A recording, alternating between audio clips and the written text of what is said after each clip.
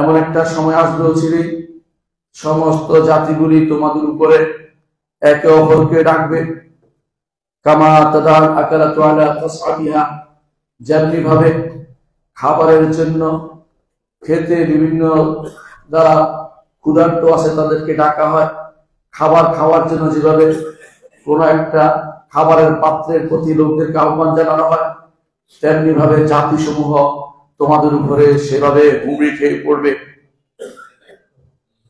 তখন একজন বললেন, সাহাবায়ে কেরামের মধ্যে থেকে একজন বললেন, অমিন কিল্লাতিন নাহনু ইয়াউমাইদিন, ইয়া রাসূলুল্লাহ, আমরা কি তখন সংখ্যায় কম হব? ক্বালা বাল আনতুম ইয়াউমাইদিন কাসীর।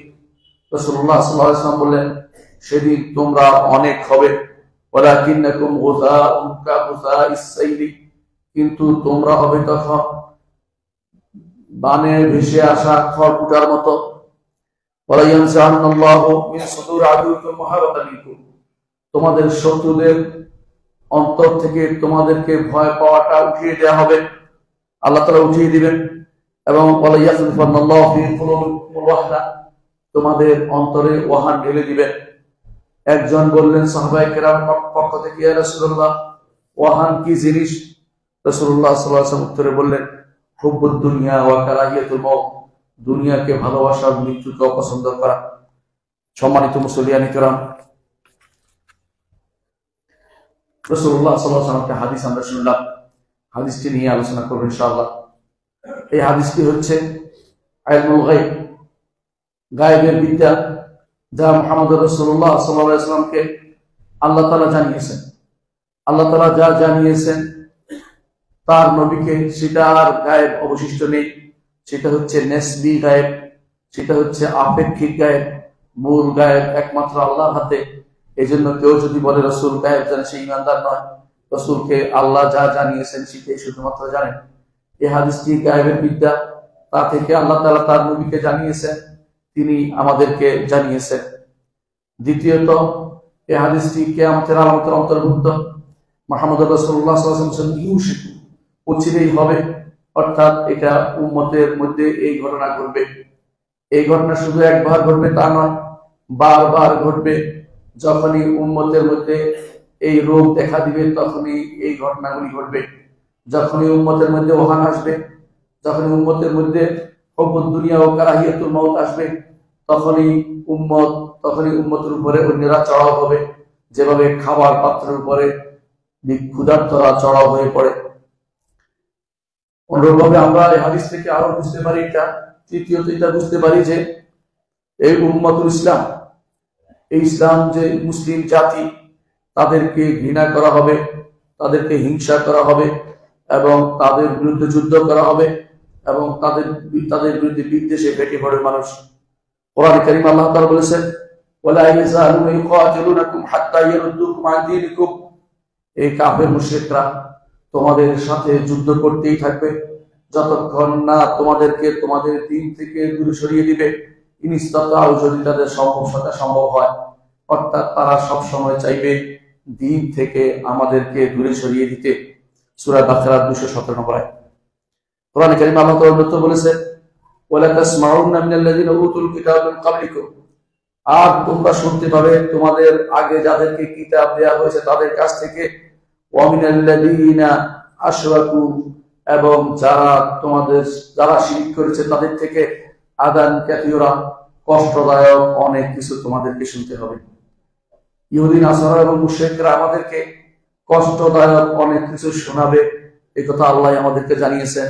সূরা আলে ইমরানের 186 নম্বর আয়াতে আল্লাহ তাআলা বলছেন, আল্লাহ তাআলা আরো বলেছেন কোরআনে কারীমে, ইউরিদুনা লিইউতফিউ নূরাল্লাহি বিআফওয়াহিহিম ওয়াল্লাহু মুতিম্মু নূরিহি ওয়ালাউ কারিহাল কাফিরুন ওয়ালাউ কারিহাল মুশরিকুন।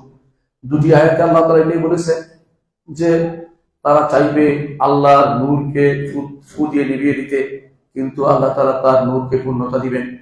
যদিও কাফের মুশরিকরা সেটাকে অপছন্দ করে এবং কাফের মুশরিকরা সেটাকে ঘৃণা করে, কিন্তু আল্লাহর দ্বীনকে আল্লাহ তাআলা পূর্ণতা দিবেন। এই পূর্ণতা মুহাম্মদ রাসূলুল্লাহ সাল্লাল্লাহু আলাইহি ওয়াসাল্লাম দিয়েছেন। এইজন্য আল্লাহ তাআলা বলেছেন, ইযা জাআ নাসরুল্লাহি ওয়াল ফাতহ, যখন আল্লাহর সাহায্য এসেছে ও ফাতহ এসেছে, ওয়া আইতান নাস ইয়াদখুলুনা ফি দীনিল্লাহি আফওয়াজা, মানুষকে আল্লাহর দ্বীনের ভিতরে প্রবেশ করতে দেখবেন দলে দলে, তখন কি করতে হবে আল্লাহ তাআলা বলে দিয়েছেন, ফাসাব্বিহ বিহামদি রাব্বিকা ওয়াস্তাগফির ইন্নাহু কানা তাওয়াবা। তাসবিহ এবং ইস্তিগফারে লেগে থাকতে হবে, তাসবিহ এবং আল্লাহর হামদ প্রকাশ করতে হবে, আল্লাহ তাআলা সেটা জানিয়েছেন। কিন্তু এই উম্মতকে হিংসা করা হবে, আমরা বুঝতে পারলাম যে উম্মতের উপরে তার শত্রুরা প্রথম দিন থেকে হিংসায় লিপ্ত হয়েছে। এই উম্মতের ইতিহাস সাক্ষ্য দেয় যে উম্মতকে শান্তিপূর্ণভাবে থাকতে জাতিগুলি দেয়নি। কুরাইশরা প্রথম বিরোধিতা করেছে। মুহাম্মদ রাসূলুল্লাহ সাল্লাল্লাহু আলাইহি ওয়াসাল্লাম মক্কাতে এক আল্লাহকে ডাকতে গিয়েছেন, তারা সেখানে তাকে সুন্দরভাবে থাকতে দেয়। সেখানে সাহাবায়ে কেরামের উপরে কঠিন শাস্তি এসেছে, কষ্ট দিয়েছে, তারা কঠিন কষ্ট দিয়েছে। তারপরে তারা সেখান থেকে যখন পালিয়ে গিয়ে মদিনায় আশ্রয় নিলেন, ছোট্ট একটি গ্রাম, ছোট্ট একটি জায়গা, এই জায়গাতেও তাদেরকে শান্তিতে থাকতে দিবে না বলে বদরের যুদ্ধ শুরু হয়ে গেল, উহুদের যুদ্ধ হলো, এমনকি শেষ পর্যন্ত তারা সর্বাত্মক যুদ্ধ করল। সেই সর্বাত্মক যুদ্ধ হচ্ছে খন্দকের যুদ্ধ, আহজাবের যুদ্ধ বলা হয়। সেই যুদ্ধে তারা চাইল যে মদিনা নামক রাষ্ট্রটির অস্তিত্ব তারা রাখবে না, কিন্তু আল্লাহর ইচ্ছা, আল্লাহ তাআলা সেই হিংসুকদের হিংসা থেকে মদিনা রাষ্ট্রকে রক্ষা করেছেন, ইমানদারদের ইমানকে হেফাজত করেছেন এবং ইমানদারদেরকে তাদের পরীক্ষা পাশ করিয়ে দিয়েছেন। যে পরীক্ষা তারা দিয়েছে 3টি বার, বদরে, উহুদে এবং খন্দকে।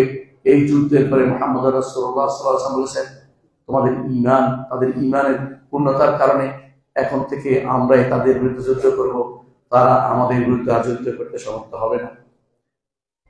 এই সবই ছিল ঈমানি মজবুতির কারণে এবং আল্লাহ রাসূলের পূর্ণাঙ্গ অনুসরণের কারণে।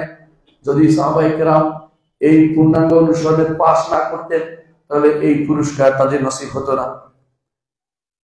তখন থেকে শুধু কুরাইশরা নয়, আপনারা জানেন পারস্য জাতির লোকেরাও মুসলিমদের বিরুদ্ধে যুদ্ধ করেছে এবং রোমরাও যুদ্ধ করেছে। এই যুদ্ধের মূল কারণ হচ্ছে এটাই, যখনই হক আসে বাতিলরা সব একসাথে হয়ে যায়, এটাই স্বাভাবিক। মুহাম্মদ রাসূলুল্লাহ সাল্লাল্লাহু আলাইহি ওয়াসাল্লাম যখন হেরা গুহা থেকে নবুয়তের বাণী নিয়ে ফিরে আসলেন, তখন খাদিজা রাদিয়াল্লাহু আনহা তাকে নিয়ে গেলেন ওয়ারাকা বিন নওফলের কাছে। ওয়ারাকা বিন নওফলের কাছে যখন জানালেন এই ঘটনা, তখন ওয়ারাকা বললেন যে তোমার কওম যদি তোমাকে বের করে দিবে, সেদিন আমি যদি থাকি তোমাকে সাহায্য করব। তখন রাসূল বলেছিলেন, আওয়া মুখরিজিয়াহু, তারা কি আমাকে বের করে দিবে? তিনি তখন বলেছিলেন, যখনই কোনো রাসূল এসেছে হক নিয়ে, তখনই এরা তার রাসূলের শত্রুতা আরম্ভ হয়েছে। জগতের সমস্ত দিন বাতিল, এই কথা অবশ্যই ঈমান আনতে হবে। ইসলাম ছাড়া সবই বাতিল, ইসলাম ছাড়া কেউ ইসলামের সমপরিমাণে আসতে পারে না। আল্লাহ তাআলা কোরআনে কারীম বলে দিয়েছেন, কুল জাআল হক ওয়া যাহাকাল বাতিল ইন্নাল বাতিলা কানা যাহুকা। সত্য এসেছে, মিথ্যা উপস্থিত হয়েছে, মিথ্যা অবস্থিত হবারই ছিল, মিথ্যা চলেই যাবে। এই মৃত্যুকরা একমত হতে কোনো অসুবিধা হয় না, একসাথে হতে অসুবিধা হয় না, আগেও হয়েছে, এখনো হচ্ছে। উম্মতে মুসলিমার উপরে এই হিংসা আমরা দেখতে পাই ক্রুসেডারদের হাতে। কিছুদিন পরে তারা বাইতুল মাকদেস দখলের চেষ্টা করেছে, বারবার মুসলিমরা সেটা দখলে এনেছে, বারবার সেটা খ্রিস্টানরা দখল করে নিয়েছে।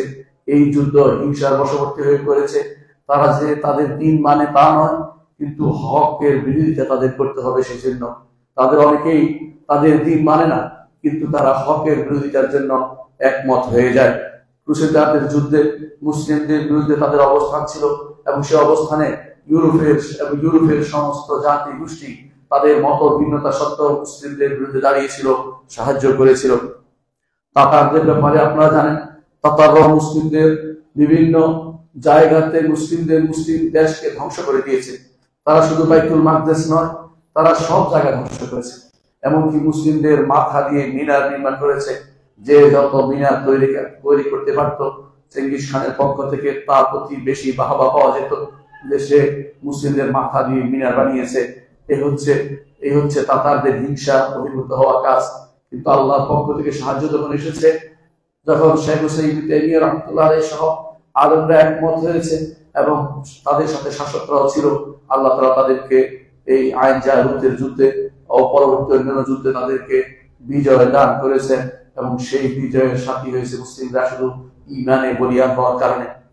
এই উম্মতকে হিংসা করা হবে, এটা স্বাভাবিক জিনিস।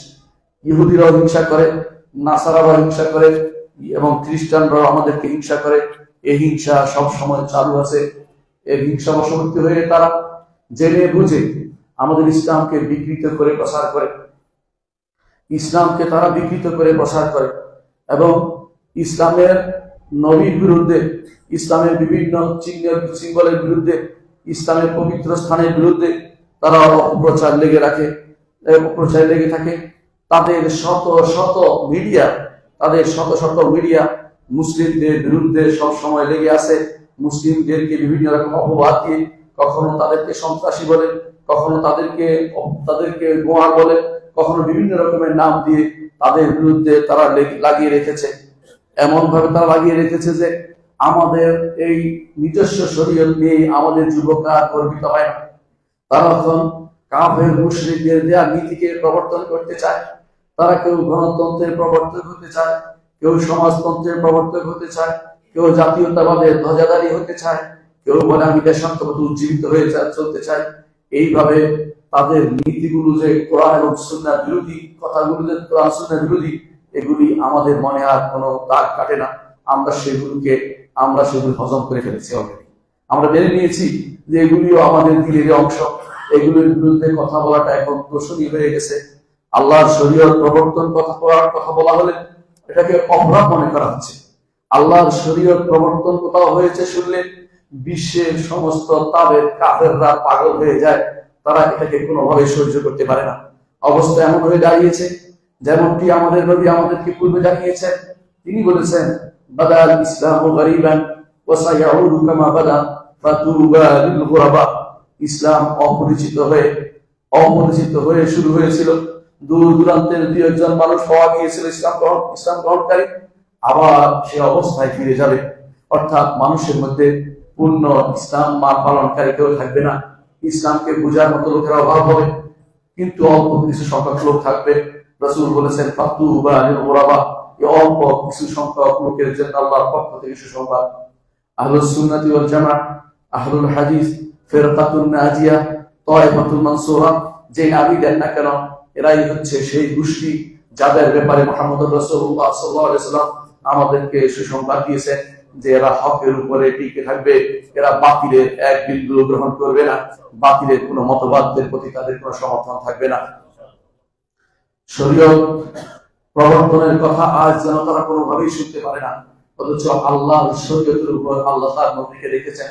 আল্লাহ তাআলা বলেছেন, তুম্মা জাআলনাকা আলা শারিআতিন মিনাল আমরি, আপনাকে আমরা রেখেছি শরীয়তের উপরে। এরা শরীয়তকে বাদ দিয়ে কেউ তরিকত, হাকিকত, মারিফত বানিয়েছে, কেউ বা ইউরোপিয়ানদের তন্ত্রমন্ত্র গ্রহণ করেছে, কেউ বা কাফেরদের, মুশরিকদের, অথবা কেউ বা আমেরিকান তথাকথিত রাষ্ট্রপ্রধানের সেই নীতিকে গ্রহণ করে নিয়েছে এবং এই নীতি প্রবর্তনের জন্য তারা আপনাদের কাছে মাঝে মধ্যে মত চায়, আপনারা মত দিয়ে দেন। আমরা ইনশাআল্লাহ এই সমস্ত ব্যাপারে কোনদিন এদের ব্যাপারে আমরা সাবধান থাকবো যে আমার দ্বারা যেন কুফরির কোনো কিছু প্রচলিত না হতে পারে, আল্লাহর দ্বীন যেন প্রচলিত হয়, আল্লাহর দ্বীন যেন আমার দ্বারা প্রতিষ্ঠা পায়, এই চেষ্টা আমাদের অব্যাহত রাখতে হবে। মুহাম্মদ রাসূলুল্লাহ সাল্লাল্লাহু আলাইহি ওয়াসাল্লাম আমাদেরকে যে সাবধান করেছেন যে এরা হিংসা করবে, তার হিংসা প্রমাণ হচ্ছে কোথাও যদি শুনে যে এখানে ইসলামী রাষ্ট্র প্রতিষ্ঠা হয়েছে, ইসলামী শরিয়া প্রতিষ্ঠা হয়েছে, তারা যে কোনো অজুহাতে সেখানে ঢোকার চেষ্টা করে। এমনকি আর কিছু না হোক মিথ্যা অজুহাত দিবে, কখনো বলবে যে সেখানে মারাত্মক অস্ত্র তারা নির্মাণ করতেছে, মারণাস্ত্র নির্মাণ করতেছে, এগুলিকে ধ্বংস করে দিতে হবে। কখনো বলবে এখানে সংখ্যালঘুদের আক্রমণ হচ্ছে, কখনো বলবে যে এখানে মত প্রকাশের স্বাধীনতা ক্ষুণ্ণ করা হচ্ছে, কখনো বলবে নারী স্বাধীনতাকে সেখানে জব্দ করে রাখা হয়েছে। এই জাতীয় বিভিন্ন কথা বলে অজুহাত দিয়ে তারা মুসলিমদের দেশে, যেখানে ইসলাম এবং মুসলিমরা আছে, সেখানে প্রবেশের পায়তারা তারা করে।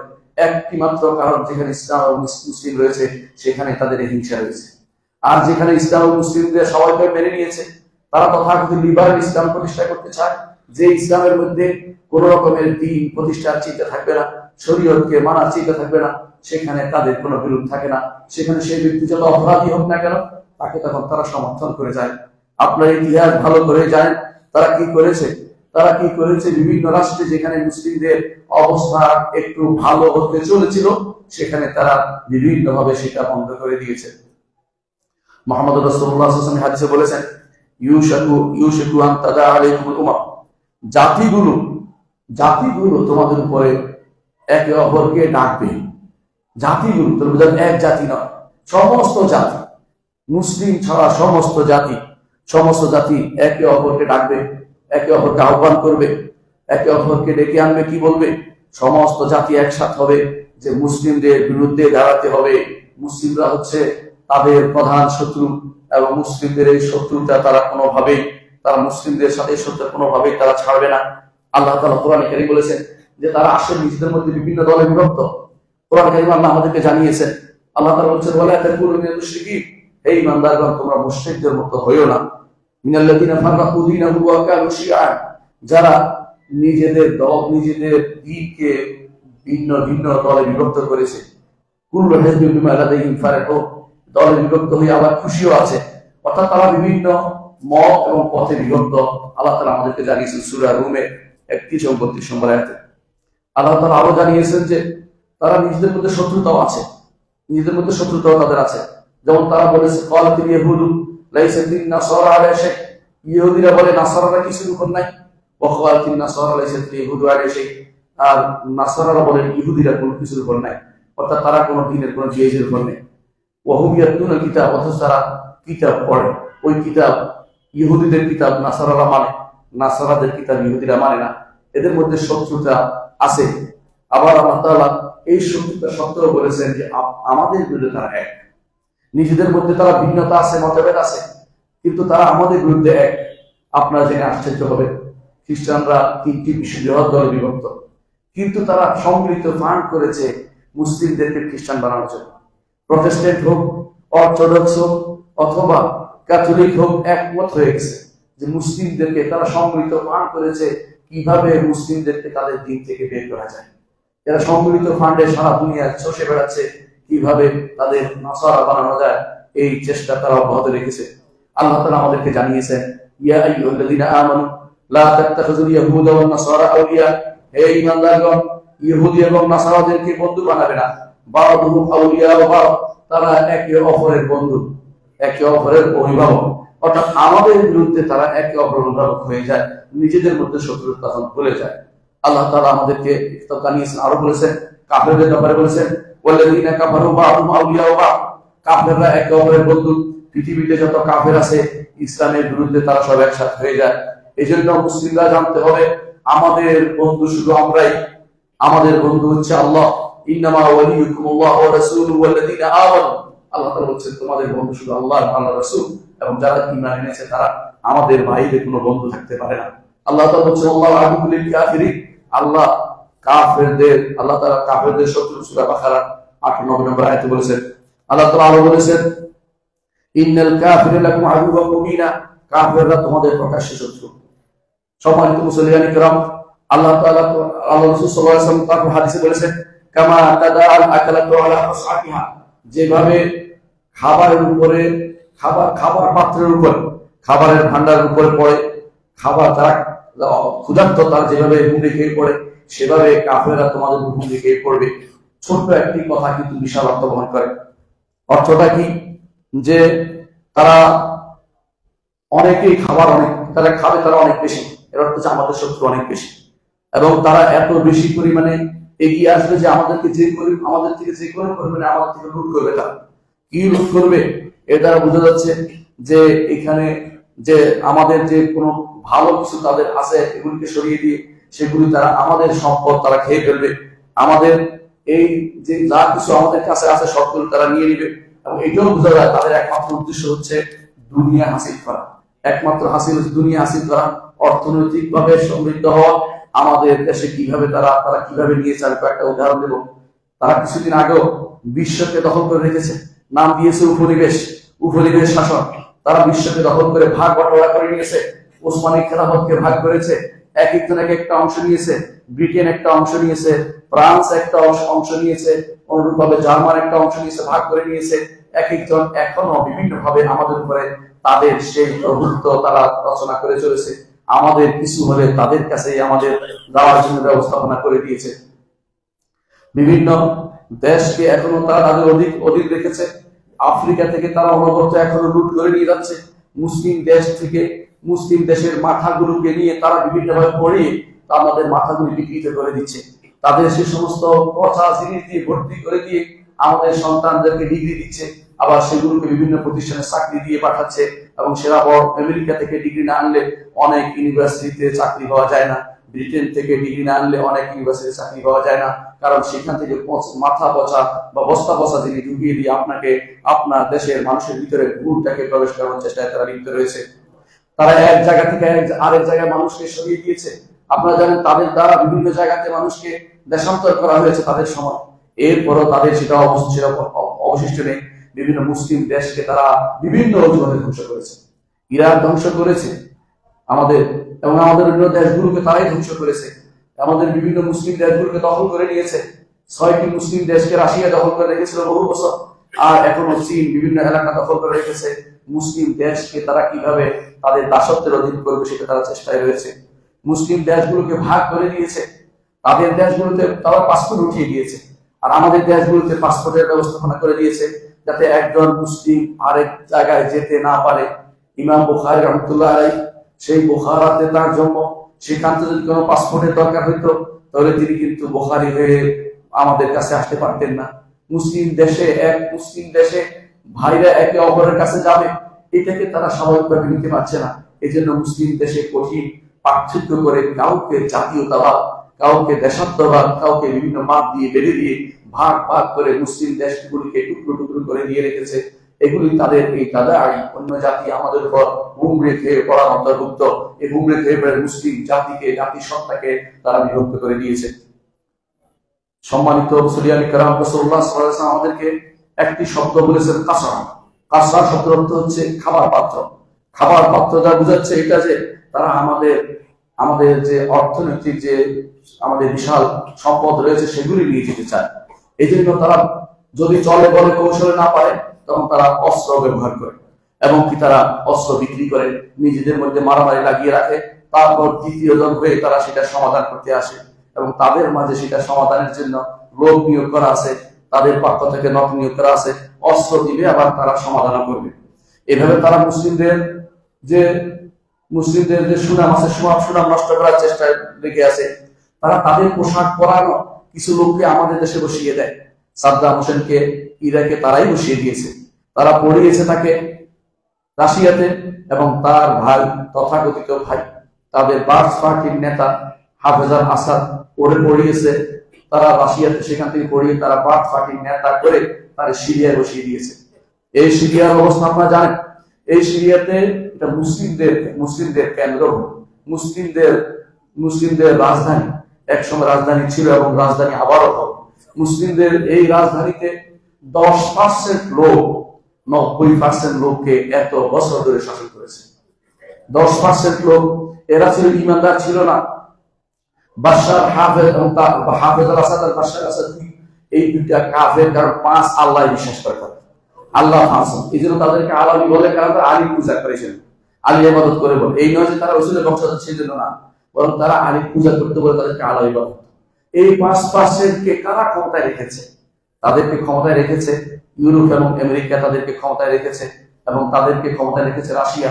তারা ক্ষমতায় রেখেছে কি জন্য? মুসলিমদেরকে অপমানিত করার জন্য। আর মুসলিমদেরকে এখানে যদি অপমানিত করা যায়, তারা আর সামনে বন্ধ করে দিয়েছে যাতে করে ফিলিস্তিনে তারা আর তাদের যা ইচ্ছা তা করতে পারে, ইহুদিদেরকে তারা ফিলিস্তিনে প্রোভাইড করতে পারে। সেজন্য তারা আগে থেকে একটা বাধা বিন্যাচল তারা সেখানে ব্যবস্থাপনা করে দিয়েছে।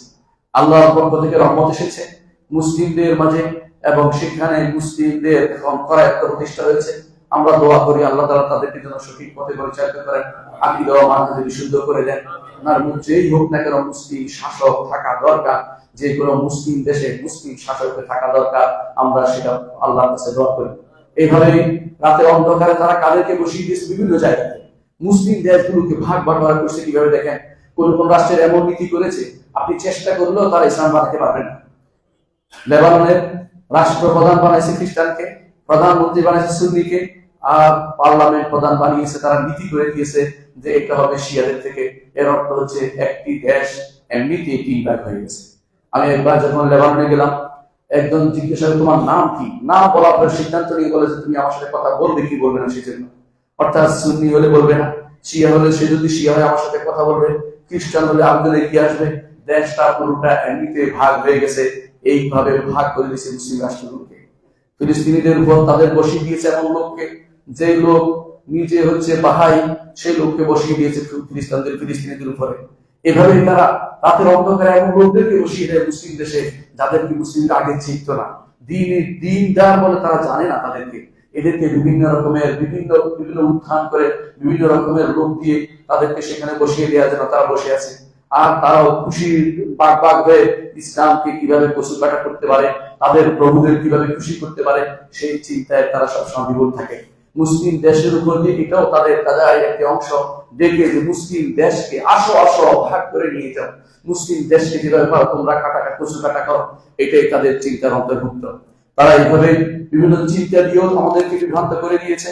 আমাদের বিশ্ববিদ্যালয়গুলোতে আজ চিন্তা পড়ানো হয়, ডেমোক্রেসি পড়ানো হচ্ছে, ইসলামকে পড়ানো হচ্ছে না। আমাদের ডেমোক্রেসির জন্য এক একজন কান্নাকাটি করে পড়ে যাচ্ছে। ডেমোক্রেসি চলে গেল, ইসলাম চলে গেল, কাঁদার মতো কেউ নেই। আর ইসলামের জন্য কেউ কাঁদে না। সবাই গণতন্ত্রের জন্য কাঁদে, কেউ সমাজতন্ত্র প্রতিষ্ঠার জন্য কাঁদে, কেউ লিবারালিজম প্রতিষ্ঠা করতে কাঁদে, কেউ বা এই জাতীয় নতুন তত্ত্ব দেশাত্মবোধ অথবা জাতীয়তাবাদ প্রতিষ্ঠার জন্য কান্নাকাটি করছে। এই জাতীয় যে সমস্ত কান্নাকাটি করা হচ্ছে, কেউ বা আরো একটু আগ বাড়িয়ে গিয়ে ইসলাম মুসলিম দেশে মুসলিমদের উপরে তথাকথিত সেকুলারিজম প্রতিষ্ঠা করতে চাচ্ছে। এই সবই তো কুফরি মতবাদ।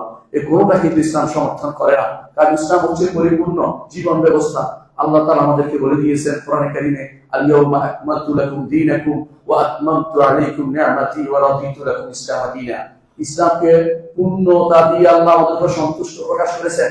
আমরা সকাল বিকাল বলি রাদিতু লাকুম ইসলাম দীনা। আমরা সকাল বিকাল বলি রাদিতু বিল্লাহি রাব্বান ওয়া বিল ইসলামি দীনান ওয়া বি মুহাম্মাদিন নাবিয়্যান।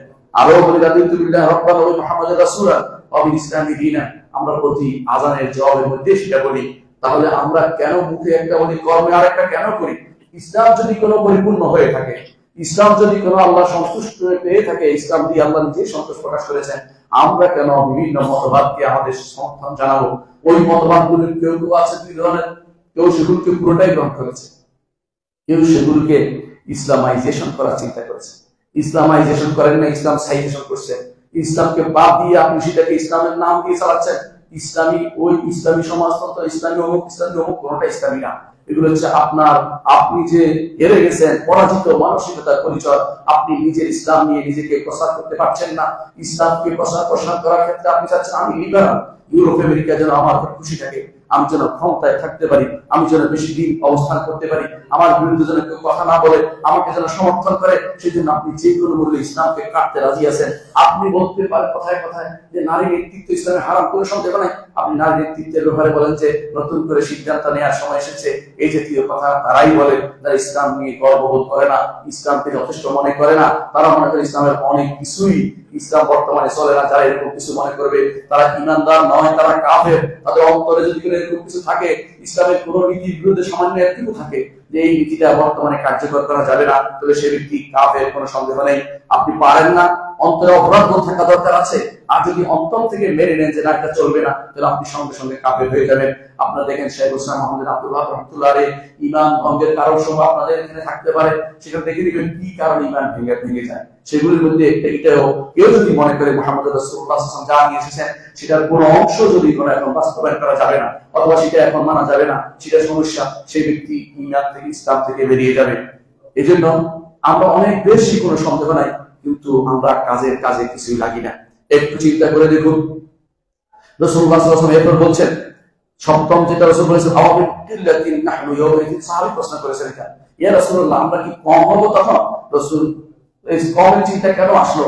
কারণ সাহাবী মনে করেছে ওই সাহাবী যে আমরা বোধহয় সংখ্যা কম হবো আর বেশি হবে। সাধারণত আল্লাহ তাআলা আমাদেরকে একটা মেয়ার দিয়ে দিয়েছেন, একটা মাপকাঠি দিয়ে দিয়েছেন। সেটা কি?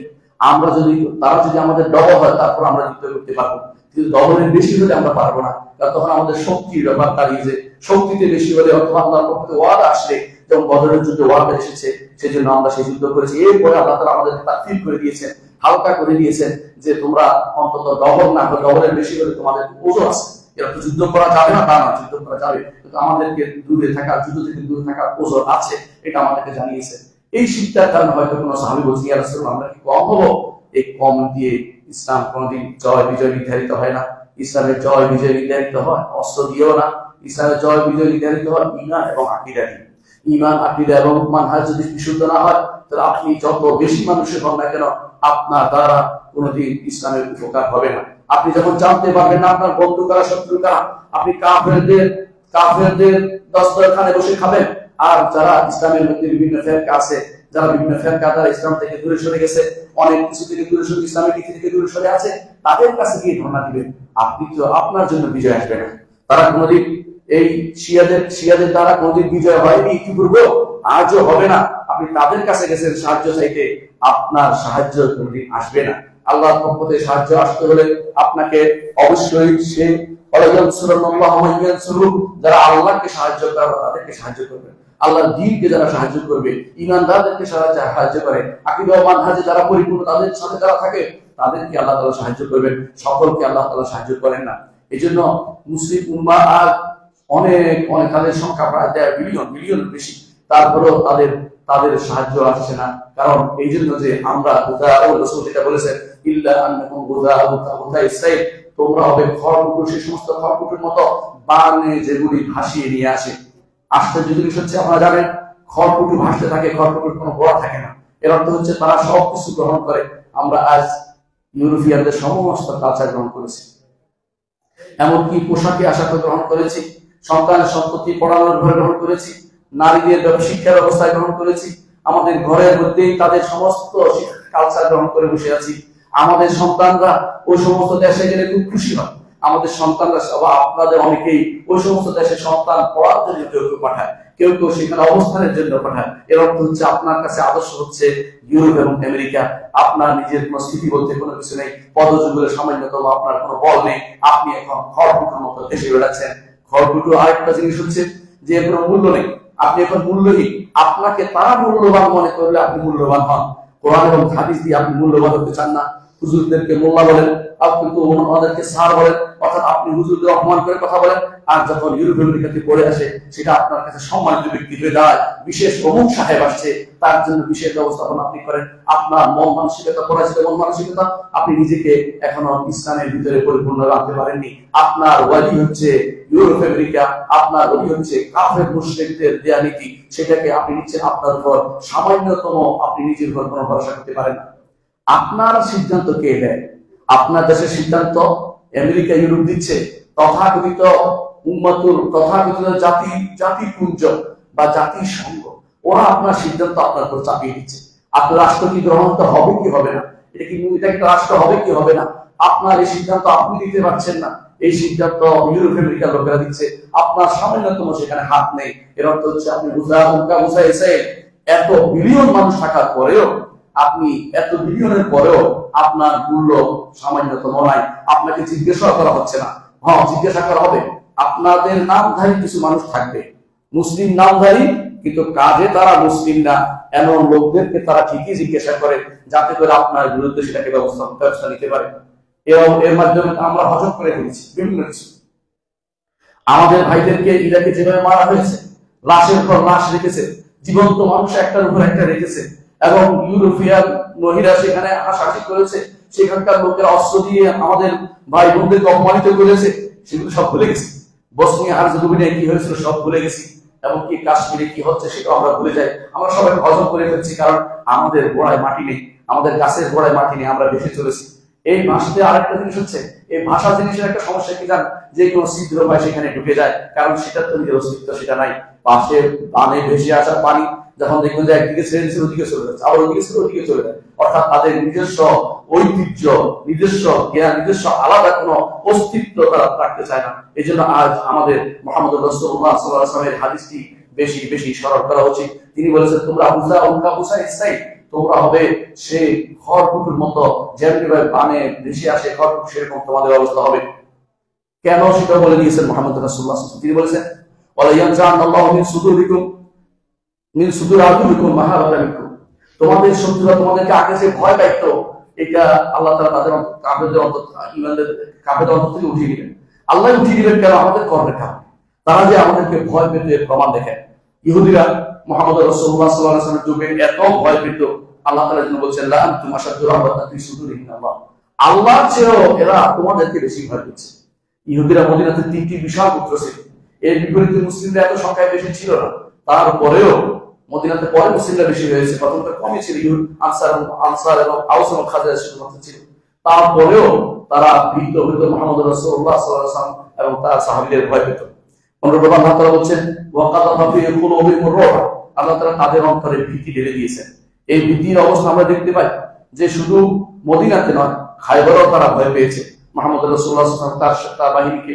এমনকি মুশরিকরা ভয় পেয়ে আত্মসমর্পণ করেছে।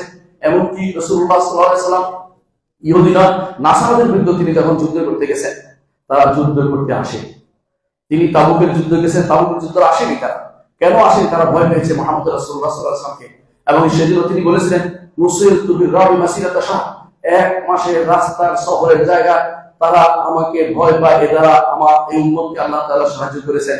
এর অর্থ হচ্ছে মুসলিম জাতি রাসূলের সময়, রাসূলের পরেও তাদেরকে কাফেররা ভয় পেবে সবসময়, কিন্তু সেই ভয় আল্লাহ তাআলা তাদের অন্তর থেকে উঠিয়ে দিয়েছেন। তার আমরা বরং তাদেরকে ভয় পেয়ে সবকিছু পরিবর্তন করে নিচ্ছি। আমাদের জীবনের সমস্ত অবস্থা এখন পরিবর্তিত হয়ে যাচ্ছে।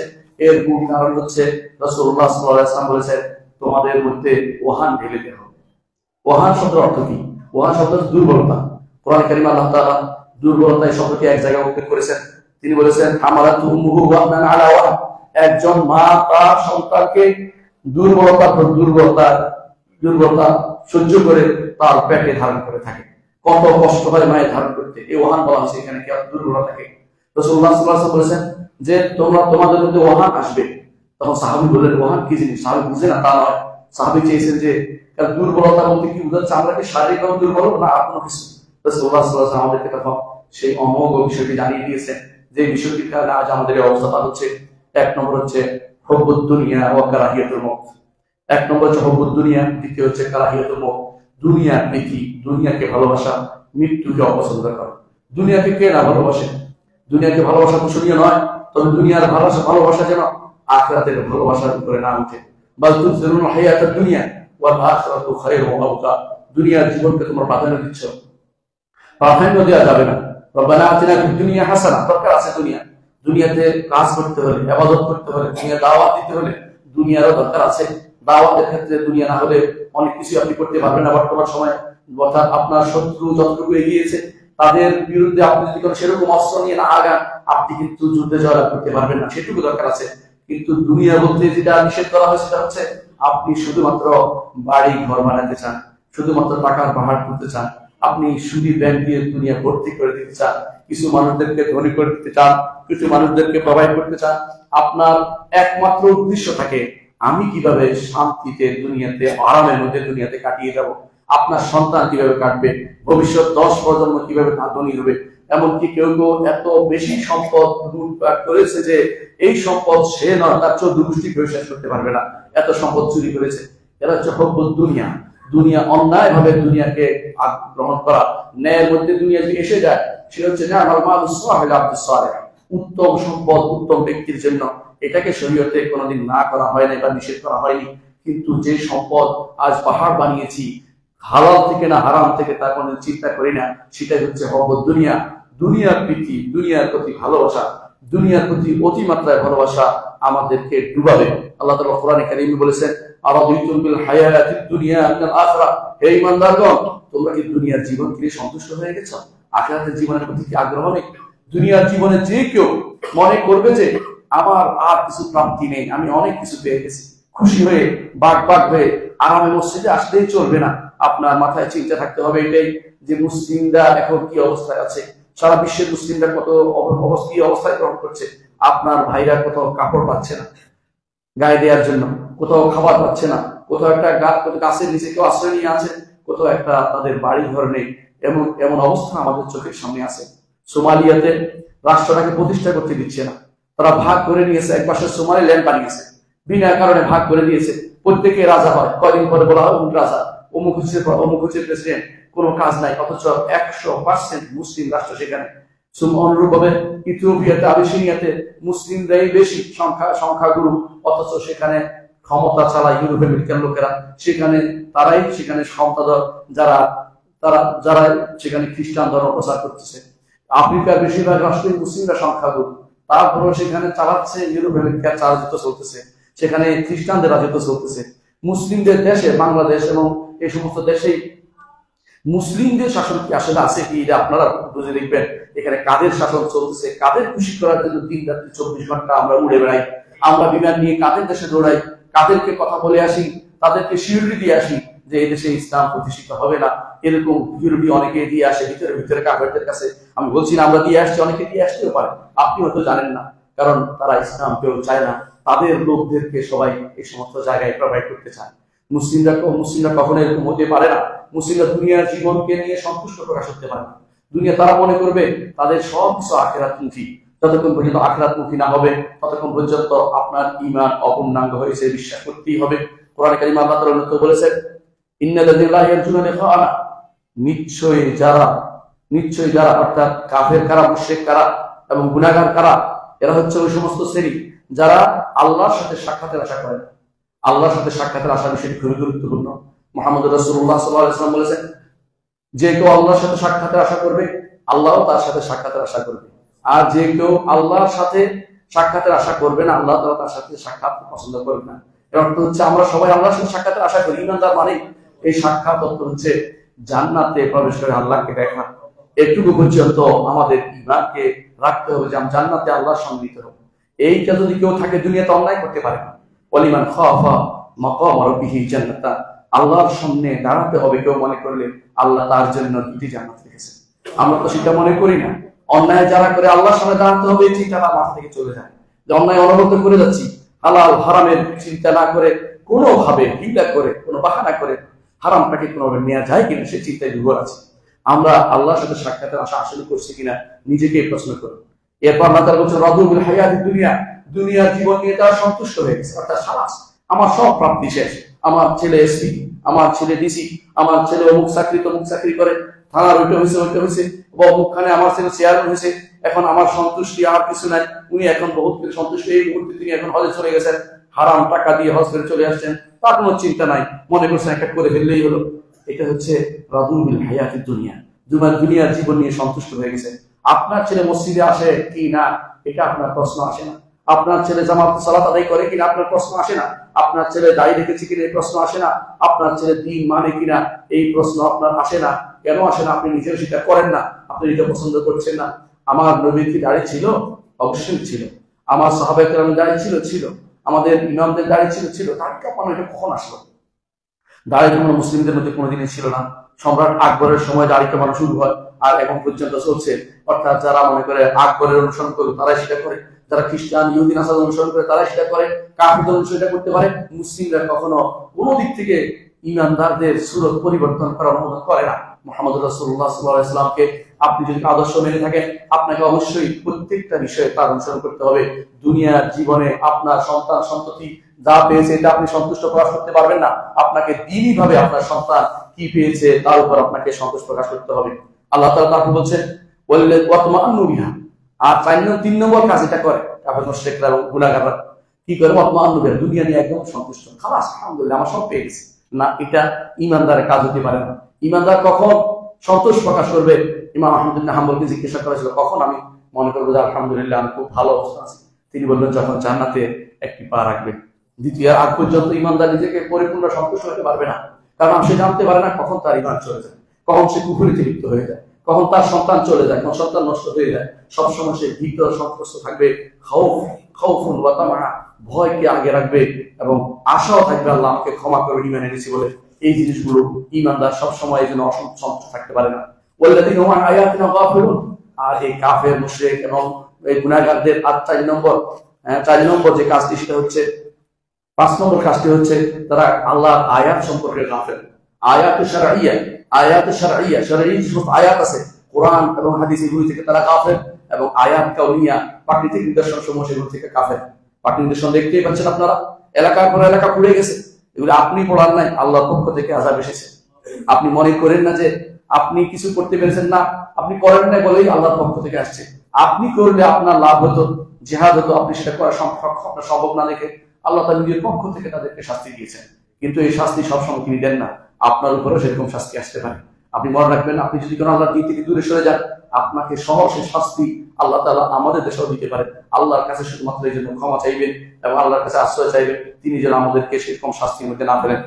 কিন্তু এত কিছুর পরে আল্লাহ তাআলা একটি জাতিকে সবসময় দ্বীনের উপর রাখবেন, একটি গোষ্ঠীকে দ্বীনের উপর রাখবেন সুপ্রতিষ্ঠিত। তাদের ব্যাপারে মুহাম্মদ রাসূলুল্লাহ সাল্লাল্লাহু আলাইহি ওয়াসাল্লাম বলেছেন, লা তাযালু তায়ফাতু মিন উম্মতি যাহিরিনা আলাল হক। আমার উম্মতের একটি গোষ্ঠী সবসময় হকের উপর থাকবে। তারা কারা? তাদের সম্পর্কে সাহাবায়ে কেরাম জিজ্ঞাসা করেছেন, রাসূল বলেছেন, মা আনা আলাইহি ওয়া আসহাবি, যার উপর আমি আছি এবং আমার সাহাবীরা রয়েছে। যত বেশি আপনি কোরআন সুন্নাহ অনুসরণ করবেন, যত বেশি আপনি সাহাবায়ে কেরামের পথকে অনুসরণ করে চলবেন, তত বেশি আপনি হকের উপর থাকতে পারবেন।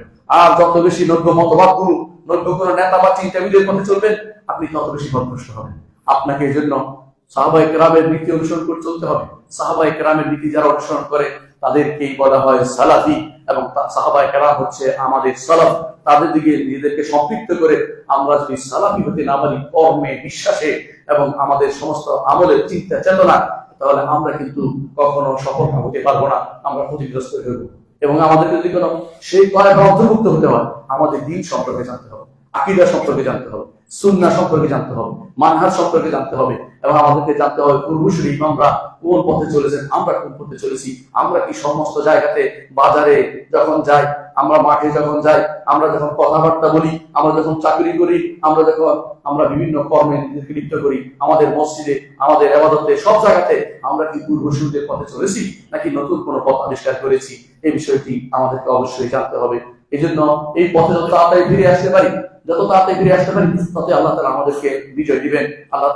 আল্লাহর পক্ষ থেকে সাহায্য আসবে, সেটা আমাদের জন্য তখন অবধারিত হবে। ওয়ালা ইয়ানসুরুল্লাহু মান ইয়ানসুরু, যারা আল্লাহর দ্বীনকে সাহায্য করবে, আল্লাহ তাদেরকে সাহায্য করবেন, এতে কোনো সন্দেহ নেই। আকুলু কাওলি হাযা ওয়া আস্তাগফিরুল্লাহ লি ওয়া লাকুম ওয়া লিসাইরিল মুসলিমিন ফাস্তাগফিরুহু ইন্নাহু হুয়াল গফুরুর রাহিম।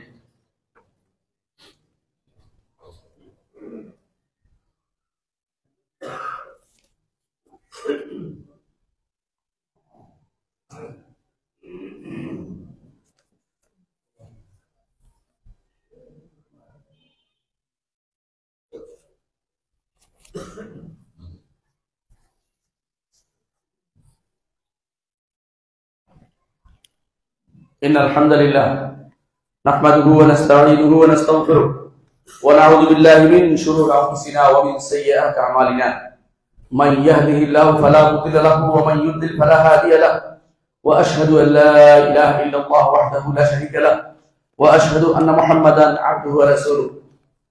সম্মানিত মুসলিয়ান ইকরাম, বলছিলাম আল্লাহর দ্বীনের দিকে ফিরে আসার জন্য আল্লাহ তাআলা কোরআনে কারীমে আমাদেরকে বলেছেন, ফাফিরু ইলাল্লাহ। আল্লাহর দিকে ফিরে আসলে আল্লাহ অবশ্যই আপনাকে আবার আল্লাহর দিকে ফিরে পালিয়ে আসতে বলেছেন। আমরা যে আল্লাহর দিকে পালিয়ে আসি, পালিয়ে তখনই আসতে হয় যখন অন্য কিছুকে ভয় করে। আমরা যখন ভয় করবো জাহান্নামকে এবং ইউরোপিয়ান সভ্যতাকে এবং অন্য কোনো মতকে, বিভিন্ন যে সমস্ত মতবাদ, সেগুলিকে পালিয়ে, এগুলিকে মারি, এগুলি থেকে পালিয়ে যখন ইসলামের দিকে ফিরে আসবো, আল্লাহ তাআলা আমাদেরকে অবশ্যই সাহায্য করবেন। আল্লাহর সাহায্য পাওয়ার চেষ্টা আমাদের মধ্যে রাখতে হবে, চিন্তা চেতনা রাখতে হবে। যুবকদেরকে বিশেষ করে বলছি, যুবকরা আগামী দিনের জন্য তারা কাজ করবে। যুবকরা যদি সঠিক আকীদা ও মানহাজে আসতো, তাহলে আজ আমাদের এই অবস্থা হতো না। আমরা অনেকেই অনেক কথা আগে বলেছি, এখন দেখি সেই কথা থেকে অনেকেই ফিরে যাচ্ছি, ইসলাম থেকে অনেকেই সরে যাচ্ছে দূর থেকে। যুবকদেরকে বলবো, আপনারা ইসলামের উপর থাকুন, আল্লাহ আপনাদেরকে সম্মানিত করবেন। আপনি অন্য কারোর কাছে সম্মানের জন্য যাবেন না। ওমর রাদিয়াল্লাহু আনহু সেই কথাকে স্মরণ করেন, তিনি বলেছেন, আমরা এমন একটি জাতি ছিলাম, আমরা অপমানিত ছিলাম, আমরা অপমানিত জাতি ছিলাম, আমাদেরকে কেউ গণতো না, আরবদেরকে কেউ তখন গণতো না। কারণ তখন দুটা সাম্রাজ্য ছিল বড়, একটা ছিল রাশিয়া, একটা ছিল পারস্য, আর একটা ছিল রোম সম্রাট। কিন্তু আরবদেরকে ঘনাঘনি ভিতরে ধরতো না। কিন্তু আল্লাহ তাআলা তাদেরকে ইসলাম দিয়ে সম্মানিত করেছেন। ইসলাম দিয়ে যাদেরকে সম্মানিত করেছেন, তিনি বলেছেন, ওমর বলেছেন, যদি আমরা ইসলাম বাদ দিয়ে অন্য কোথাও সম্মানের চেষ্টা করি, সম্মান পাওয়ার চেষ্টা করি, আল্লাহ আমাদেরকে আবার অপমানিত করবেন।